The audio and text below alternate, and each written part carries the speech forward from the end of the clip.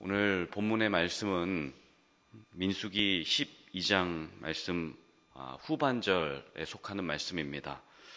특별히 오늘 본문 말씀을 통해서 하나님 어떤 분이실까요? 다시 한번 좀 생각해보는 시간이 되기를 원합니다. 특별히 오늘 본문 말씀을 통해서 하나님이 어떤 분이신지 하나님의 그 성품 두 가지 측면에서 한번 좀 살펴볼 수가 있을 것 같습니다. 첫째로 우리가 보기 원하는 것은 하나님 어떤 성품이실까? 하나님은 공의로우신 하나님이시다. 하나님 공의로운 성품을 소유하고 계신다라는 것을 보게 됩니다. 12장 9절 말씀을 보게 되면 여호와께서 그들을 향하여 진노하시고 떠나심에 주님이 진노하셨다, 떠나셨다 이렇게 말씀을 합니다. 일반적으로 우리가 생각하기로는 교회에서 그런 말씀들을 많이 듣잖아요. 하나님이 우리와 영원히 함께 하신다 그랬는데 지금 본문에서는 하나님이 떠나셨습니다. 그리고 하나님은 성경에서는 사랑이시라고 말씀하셨는데 오늘 본문에 보니까 하나님이 진노하셨다. 진노하고 떠나신 하나님에 대해서 우리가 좀 볼 수가 있습니다.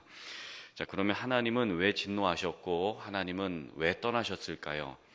그 이유에 대해서 11장 1절과 12장 8절에 기록을 하고 있는데 제가 한번 읽겠습니다. 민수기 11장 1절에 보면 여호와께서 들으시기에 백성이 악한 말로 원망하매 여호와께서 들으시고 진노하사 여호와의 불이 그들 중에 붙여서 진영 끝을 사르게 하시며 이렇게 말씀합니다. 그러니까 하나님이 들으시기에 백성들이 원망하는 거, 그 악한 말로 하나님을 탓하는 것에 대해서 하나님이 진노하셨다.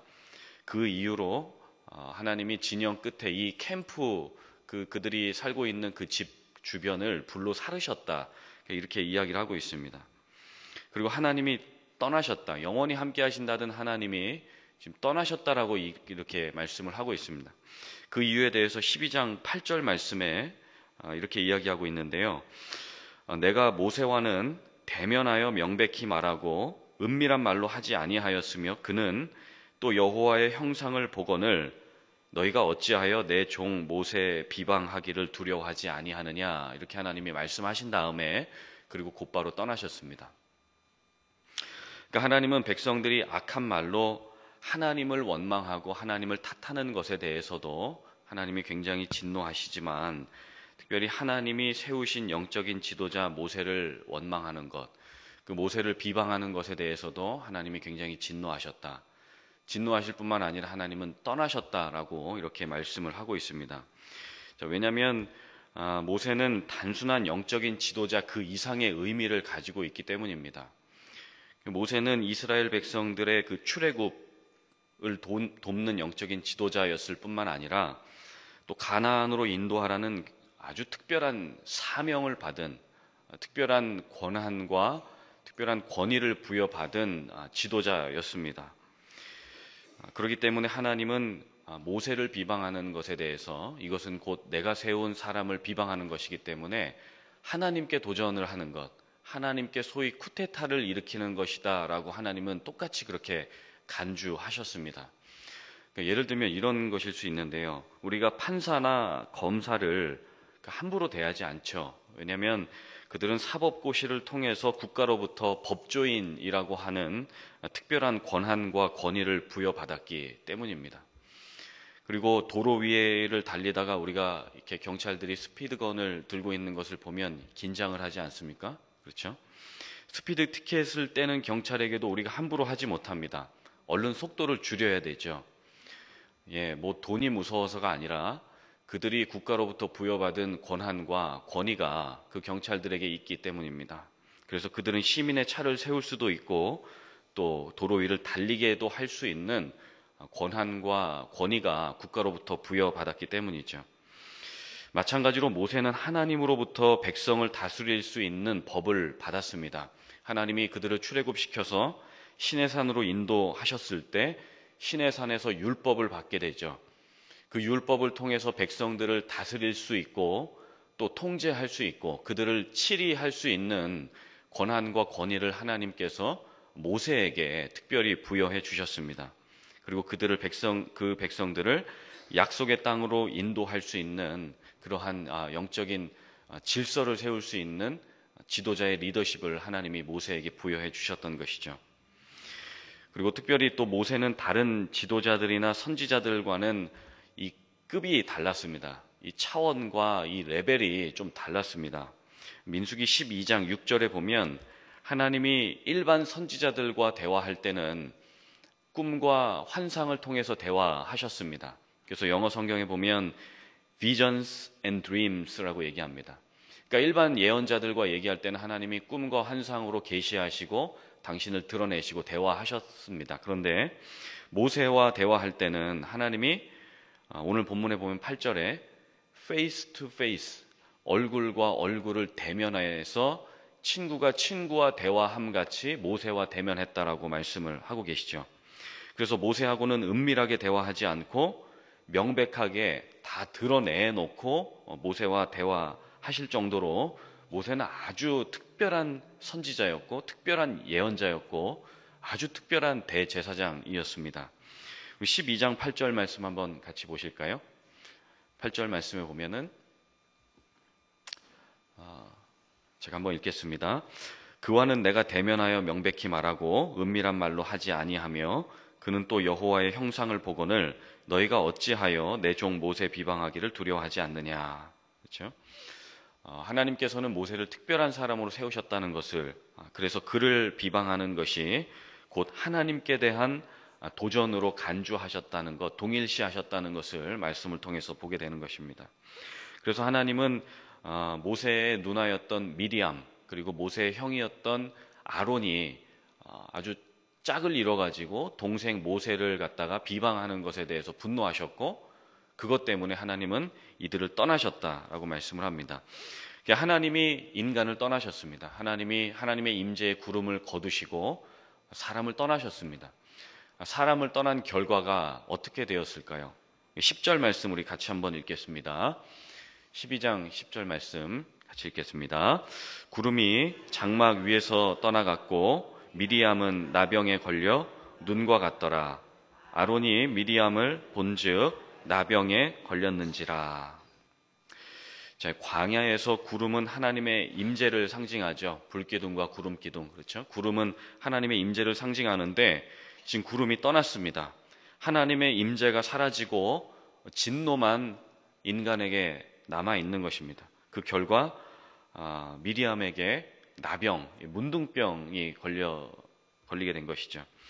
사실 미리암은 모세의 누나입니다. 옛날에 그 과거에 바로 왕이 히브리 사내 아이들은 다 죽이라고 그랬었죠. 그때 다 죽이라고 했을 때 모세는 갓난 아기였습니다. 그래서 이 모세의 누나였던 미리암이 모세가 이제 너무 불쌍하니까 죽게 생겼으니까 모세를 갖다가 바구니에 넣어가지고 강에다 띄웠죠. 그래서 이 모세가 이제 강물에 떠나가다가 바로 공주의 눈에 띄어가지고 모세가 목숨을 건지게 됩니다. 그때 이 미리암이 자기의 친어머니를 바로의 공주에게 천거해서 이렇게 부탁을 해가지고 모세의 유모로서 좀 키워줄 것을 부탁을 합니다. 그래서 결국 이 미리암을 통해서 모세는 생명의 건짐을 받게 되는 것이죠. 그래서 모세의 이름의 뜻이 뭐냐면 물에서 건짐을 받았다라는 뜻이죠. 생명을 그렇게 건짐을 받은 것입니다. 그런데 지금 모세도 크고 미리암도 더 크고 아론도 더 크고 나이가 들다 보니까 이제 권력에 대한 어떤 욕심들도 생겨지고 이런 어떤 패권 다툼들이 가족 간에 좀 생겨지는 것을 보게 되는 것입니다. 모세가 구스 여자, 이방 여인을 자기 아내로 취해서 결혼을 하게 되니까 이것을 빌미로 잡아가지고 모세 아론과 미리암이 모세를 공격을 하고 있는 것입니다. 그래서 11장 2절에 보면 이런 내용이 나와 있는 것이에요. 미리암이 지금 미리암과 아론이 모세에 대해서 지금 따지는 것이죠. 하나님에 대해서. 하나님이 모세하고만 얘기하는 분이냐? 나도 선지자다. 나도 예언할 줄 알고 나도 하나님 음성 들을 줄 안다. 그러면서 자기만 따지고 있으니까 이게 이제 누군가 같이 동조해 줄 사람이 필요하잖아요. 그러니까 옆에 있는 아론에 대해서 야 아론아 너도 입 다물고 가만히 있지 말고 너도 대제사장 아니냐? 좀 얘기 좀 해봐라. 네 동생 모세가 이방 여인과 결혼하는데 이건 히브리 민족으로서 굉장히 모욕스럽고 수치스러운 일이다. 네가 좀 네 동생 좀 말려봐라. 우리 막내만 지도자냐? 우리도 하나님의 출애굽의 영적 지도자로서 우린 트리플 아니냐? 아론, 모세, 그리고 나 미리암까지 하나님이 우리를 사용하고 계신 것 아니냐?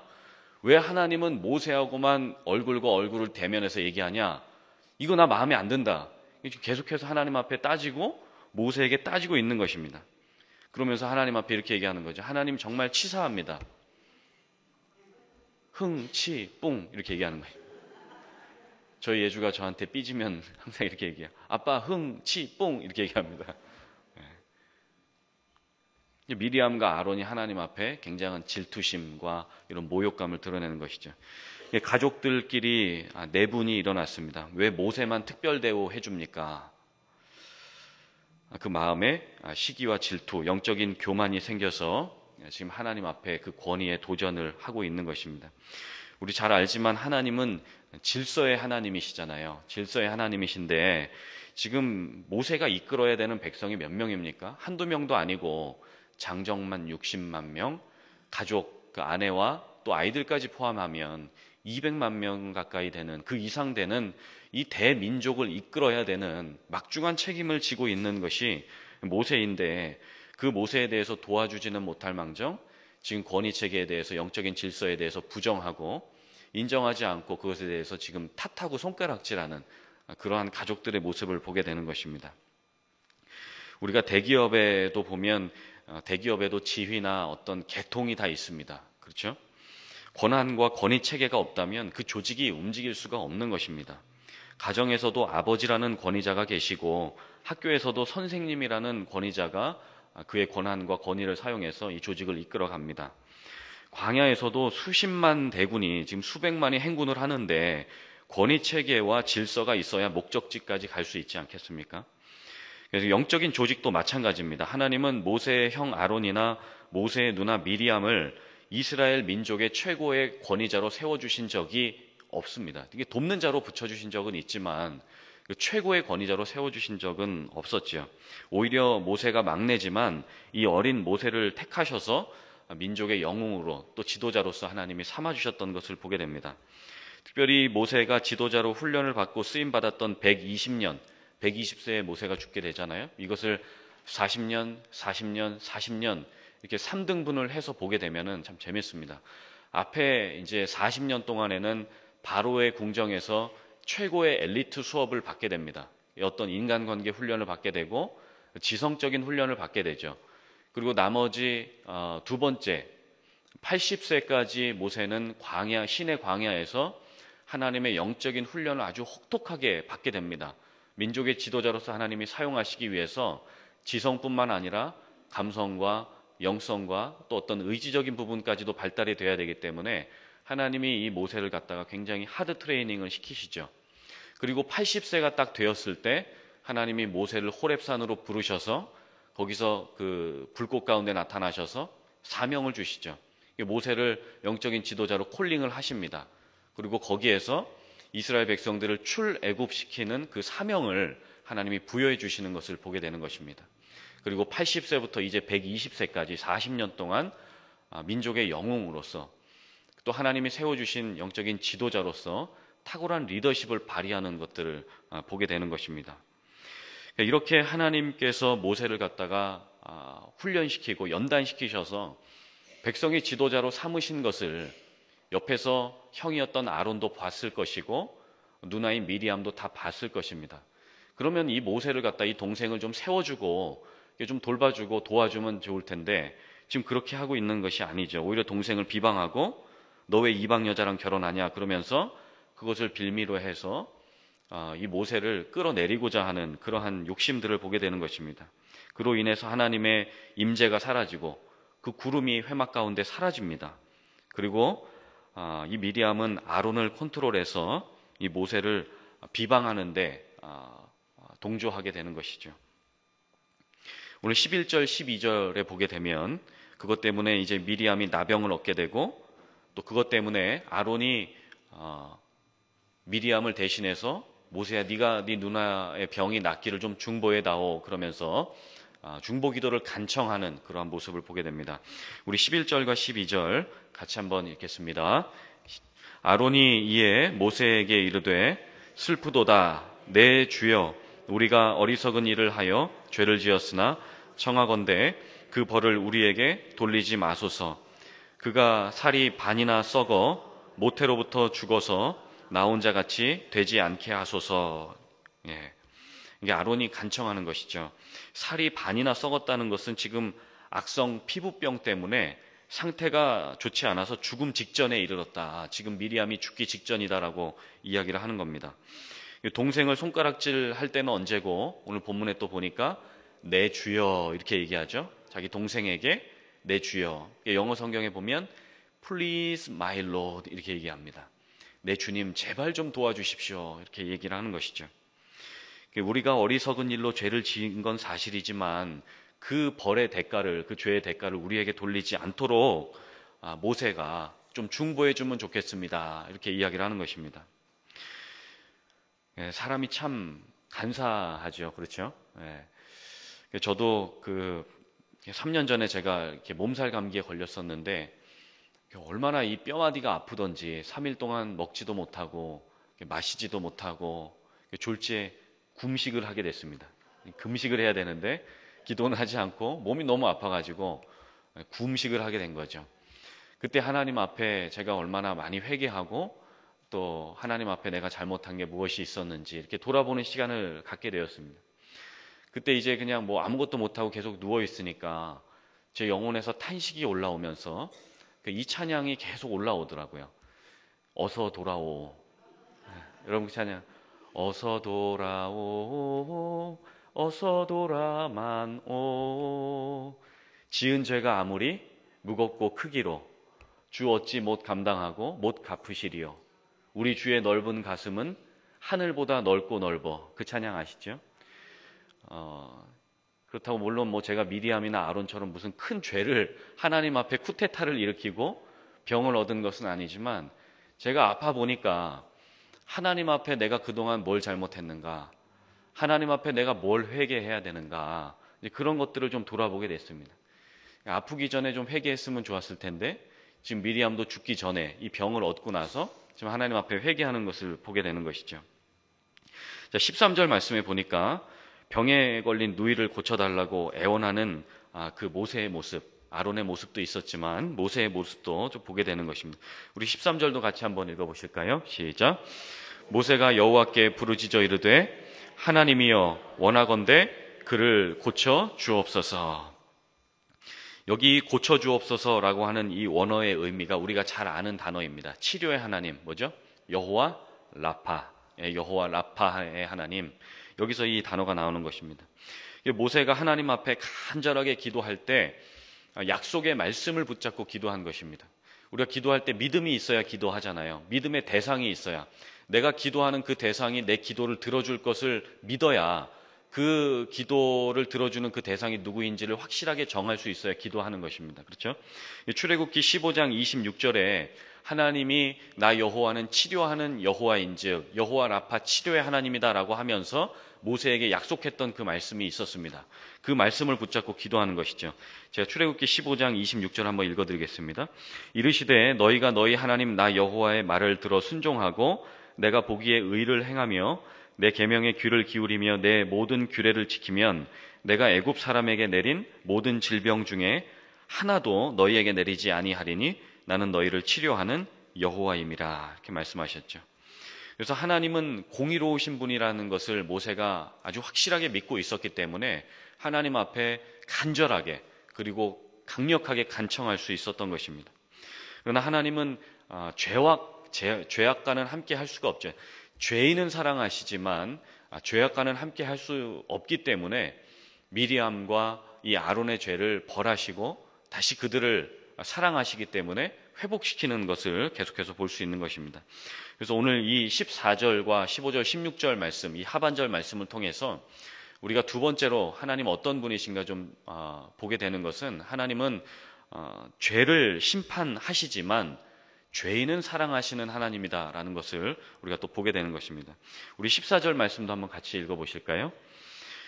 읽겠습니다. 시작. 여호와께서 모세에게 이르시되 그의 아버지가 그의 얼굴에 침을 뱉었을지라도 그가 이래 동안 부끄러워하지 않겠으나 그런즉 그를 진영 밖에 이래 동안 가두고 그 후에 들어오게 할지니라 하시니. 아멘. 자, 이 말씀에 보면 얼굴에 침을 뱉는다라고 하는 의미는 이때 당시에 유대 사회나 고대 근동 지방에서 흔히 있었던 일입니다.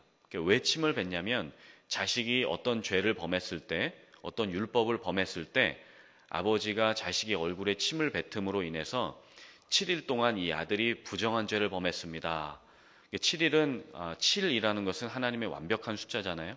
하나님께서 완벽한 그 숫자대로 완벽하신 하나님께서 이 아들을, 이 자녀를 치료해 주기를 원합니다 라고 하는 의미에서 이렇게 7일 동안 이 자녀가 격리 수용 조치가 되게 됩니다.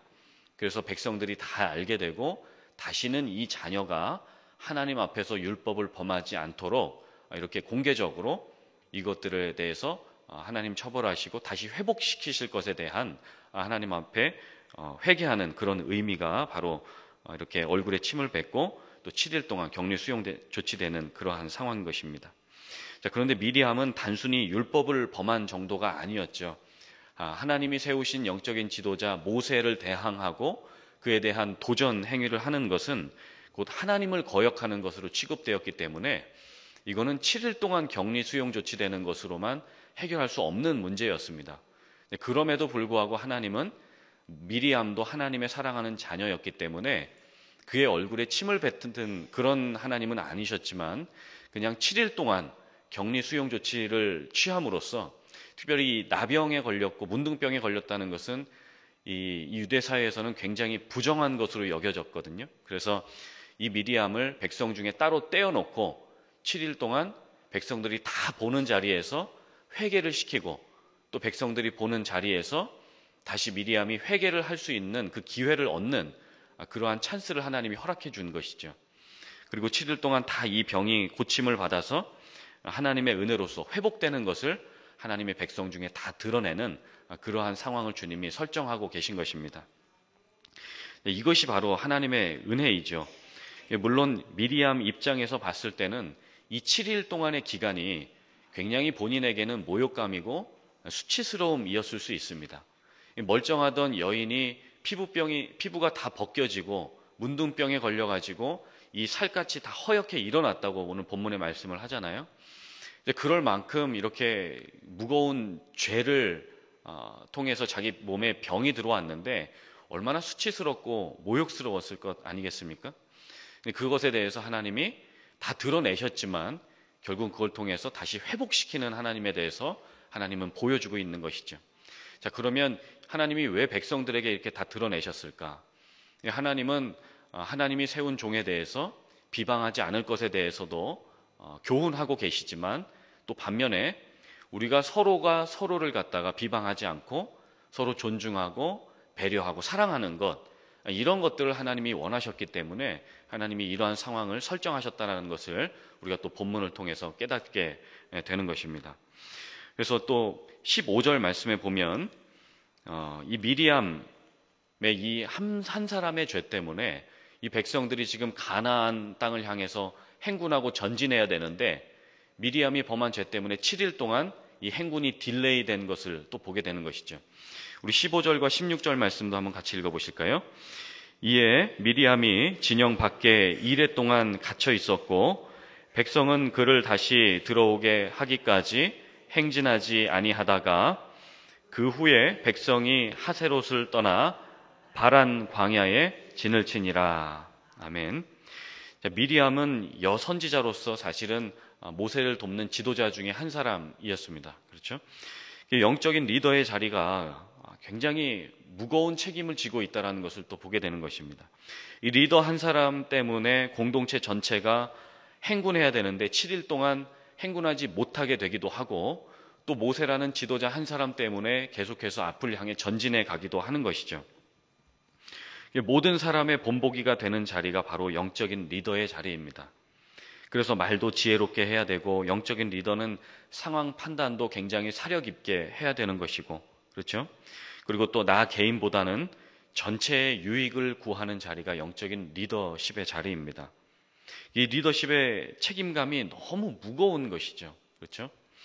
오죽했으면 모세도 그냥 죽여달라고 하나님 앞에 이 책임이 너무 무거우니까 하나님 그냥 나를 죽여주십시오. 이것이 하나님 앞에 은혜입니다. 이렇게 하소연을 했던 것입니다.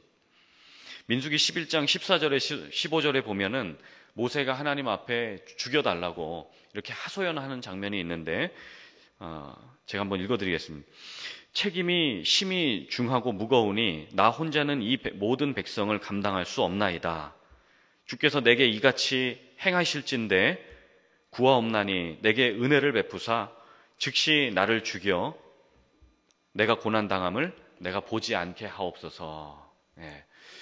모세가 굉장히 탁월하고 또 위대한 민족의 지도자인 것은 확실하지만 이 200만이 넘는 대군을 한 민족을 이끄는 것이 얼마나 힘들었을까요? 하나님 앞에 하소연하는 것입니다. 지금 차라리 즉시 나를 죽여주는 것이 그것이 하나님의 은혜입니다. 이렇게 고백을 하는 것이죠. 그 세계적인 영적인 리더십의 거장이라고 불리는 존 맥스웰이라고 하는 목사님이 계십니다.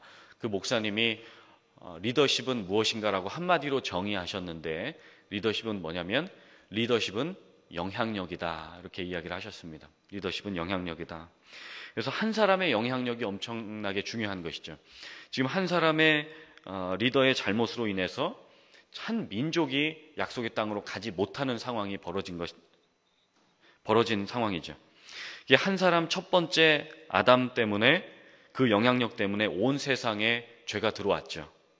그리고 두 번째 아담이신 예수님 한 사람의 영향력 때문에 온 세상에 이 죄를 용서하는 사랑과 은혜가 또 들어오게 되었죠. 그렇죠? 그래서 한 사람, 이 한 사람의 리더, 이 한 영혼이 너무 중요한 것입니다. 이 한 영혼이 온천하보다 중요하기 때문에 예수님이 내 한 영혼을 구원하기 위해서 이 땅에 오셨던 것이죠. 그래서 우리가 오늘 본문 말씀을 통해서 다시 한번 기억하게 되는 영적인 진리는 무엇이냐면 영적인 지도자에게 대들면 안 된다. 네, 너무 경건하고 순수하셔서 아멘 하셨는데 이게 영적인 지도자에게 까불면 안 되고 대들면 안 된다. 물론 그런 교훈도 있겠죠. 그러나 그런 교훈 또 깊은 이면에 하나님을 더 존중하고 하나님의 말씀에 더 순종해야 된다는 것을 보여주고 있는 것이죠. 특별히 영적인 지도자는 한두 사람이 아니라 담임 목사님 혹은 목회자, 장로님, 권사님 이런 소수의 부류만 영적인 지도자가 아니라 베드로전서 2장 9절에 보면 하나님은 우리 모두를 왕 같은 제사장으로 불러주셨잖아요. 우리 모두가 영적인 리더고 영적인 대제사장들입니다. 그렇기 때문에 하나님은 우리에게 영적인 권위와 권한을 부여하셨고 그 은혜로 말미암아 우리가 누군가를 인도해야 되는 지상 사명을 우리에게 부여해 주신 것입니다. 그래서 우리가 다 주님의 제자고 우리가 영적인 리더십들이죠. 그래서 우리의 말 한마디가 주님을 드러내기도 하고 주님을 때로는 욕보이기도 하는 것입니다. 그래서 우리가 굉장히 지혜로워야 되고 우리 한 사람 한 사람을 통해서 그 복음의 능력과 복음의 영향력이 온 세계 만방에 펼쳐지기를 주님이 간절히 원하고 계시다는 것을 우리가 말씀을 통해서 또 보게 되는 것입니다. 특별히 우리가 우리에게 주신 그 달란트와 또 은사를 사용해서 미리암이나 아론처럼 왜 하나님이 모세하고만 대화하십니까? 왜 하나님이 모세하고만 대면해서 친구처럼 대화하시고 우리는 뒷전이십니까? 이렇게 사람들이 가지고 있는 달란트나 은사를 비교하고 거기에서 경쟁하는 것이 아니라 하나님이 내게 주신 은사에 대해서 감사하고 그 은사를 통해서 하나님이 주신 이 공동체를 세워 나아가는 것, 그것이 하나님이 간절한 소원이다라고 하는 것을 우리가 또 말씀을 통해서 보게 되는 것입니다. 그래서 특별히 우리 주변에 만나게 해주신 그런 성도님들, 또 우리 주변에 만나게 해주신 목회자들, 또 우리 평생에 우리에게 붙여주신 우리 자녀들, 또 우리 가족들을 통해서 하나님은 이 공동체가 하나 되고 건강하게 세워지기를 간절히 원하고 계신다는 것을 또 보게 되는 것이죠. 그래서 우리 주변에 하나님을 필요로 하는, 하나님의 복음의 은혜가 필요한 우리 가족들, 또 우리 친척들, 또 우리 주변에 거래처에 계신 분들이나 직장에 계신 분들을 만나게 되면 그들에게 주님의 사랑을 전해 주어야 되는 것이죠. 오늘 말씀을 보면서 그냥 단편적으로만 해석을 해가지고 그분들에게 당신 예수 안 믿고 예수 비방하면 문둥병에 걸릴 것입니다. 회개하십시오. 그렇게 얘기하는 것은 영적인 초보 단계죠. 오히려 그분들에게 하나님이 당신을 오랫동안 기다리고 계셨습니다. 하나님이 당신이 돌아오기를 원하십니다. 어서 돌아오십시오. 하나님이 당신을 축복하고 복 주시기를 원하십니다. 그렇게 하면서 하나님의 자리로 인도하는 것이 영적인 리더십, 우리가 영적인 리더로서 부름받은 우리들의 사명인 것이죠. 그래서 오늘 말씀을 통해서 다시 한번 기억하게 되는 것은 하나님은 공의의 하나님이셨지만 하나님은 다시 사랑으로서 우리를 회복시켜 주시는 분이다라는 것을 보게 되는 것이고, 또 하나님은 때로 심판하시고 사랑하는 자녀를 징계하시지만 주님은 우리를 다시 회복시키셔서 하나님의 리더십을 다시 부여하시고 그 사명을 완수할 수 있도록 인도하시는 분이라는 것을 우리가 보게 되는 것입니다. 하나님의 이 치유하시고 회복하시고 다시 주님의 리더십으로서 사용하시는 그 은혜와 축복이 오늘도 우리의 삶 가운데 충만하시기를 예수님의 이름으로 간절히 축복드립니다.